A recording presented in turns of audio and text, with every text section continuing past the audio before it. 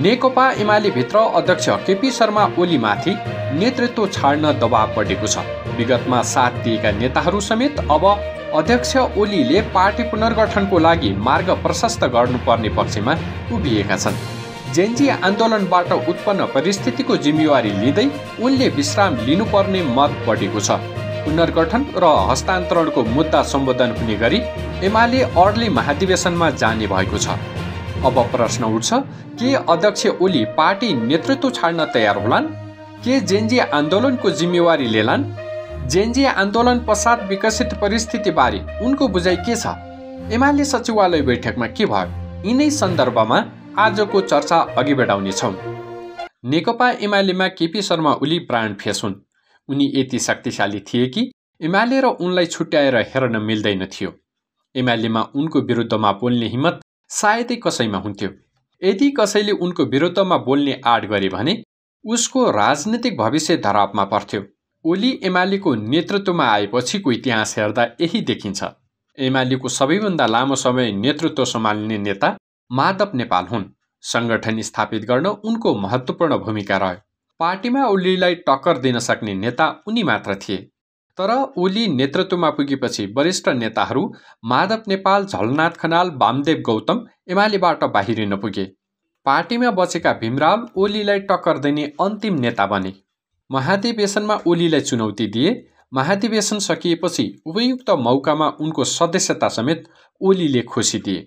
छोटकरीमा भन्दा यो एमालेमा ओलीलाई चुनौती दिने नेताहरूले भोग्न परेको दृष्टान्त हो। एमालेको 10औं महाधिवेशन र गत भदौ 23 गते सम्पन्न विधान महाधिवेशनपछि उनी अझ शक्तिशाली हुने बाटोमा थिए। त्यही भएर कतिपय नेताहरूले उनको विकल्प खोज्न थालेका थिए। ओलीलाई टक्कर दिने नेताका रूपमा पूर्व राष्ट्रपति विद्या भण्डारीलाई अघि सारियो। तर ओलीले उनको सदस्यता नवीकरण नै रोकिदिए। भनिन्छ नि, शक्ति अस्थायी हुन्छ। यो भनाइ ओलीमा पनि लागू हुन्छ। जेनजी पुस्ता ओलीको अहङ्कार र दम्भसँग टक्रायो अनि ओलीको साम्राज्य डगमगायो। शक्ति हातबाट फुत्कियो। सत्ताच्युत मात्र होइन, राजनीतिबाटै विश्राम लिन दबाव बढायो।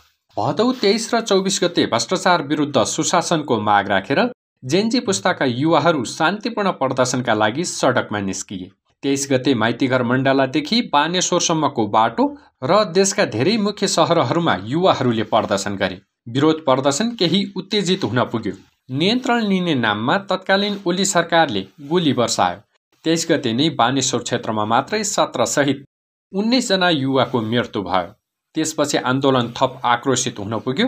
24 गते प्रमुख प्रशासनिक भवन सिंहदरबारदेखि वडा कार्यालयसम्म र गणतन्त्रको प्रत्येक राष्ट्रपति भवन लगायत लोकतन्त्रका धरोहरमा आगो लगाइयो।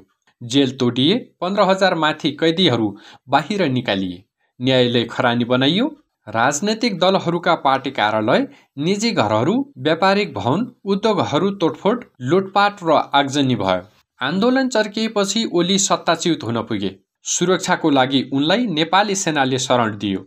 जेनजी आन्दोलनपछि मुलुकमा फरक परिस्थिति सिर्जना भयो। युवाहरूले अब दलका शीर्ष नेतालाई स्वीकार नगर्ने अवस्था बन्यो।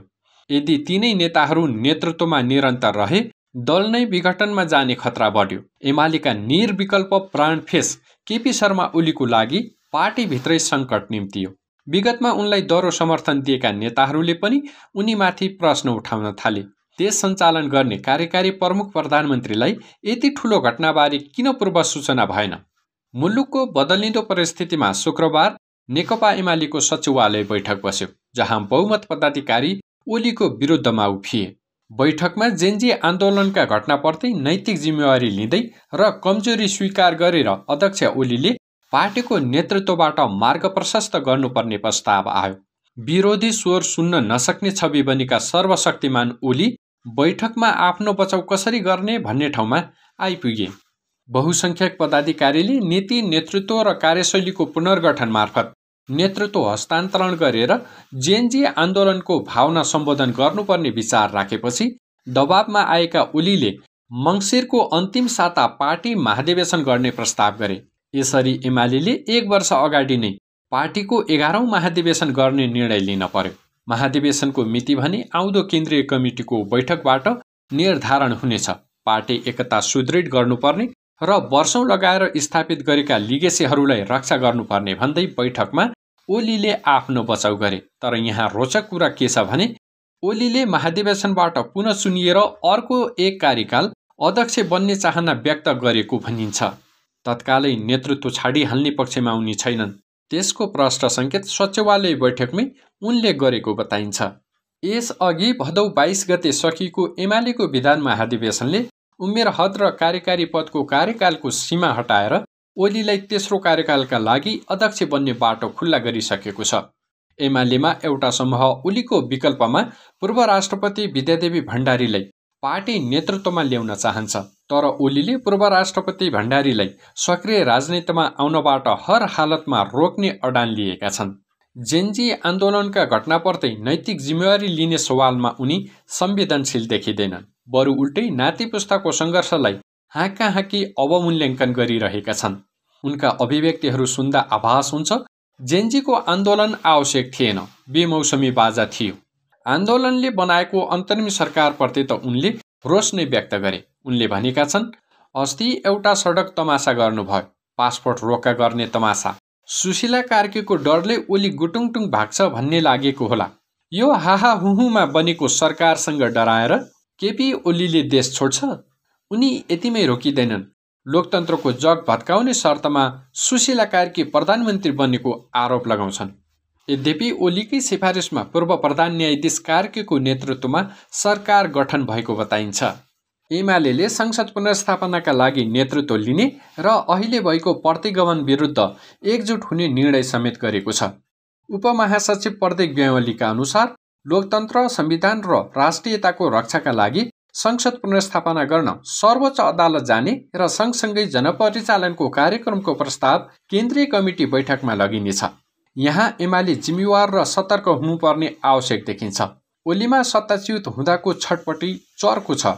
उनको अहङ्कार र दम्भमा ठेस लागेको छ। आफूमाथि मुद्दा चल्छ कि भन्ने भए पनि उनमा देखिन्छ।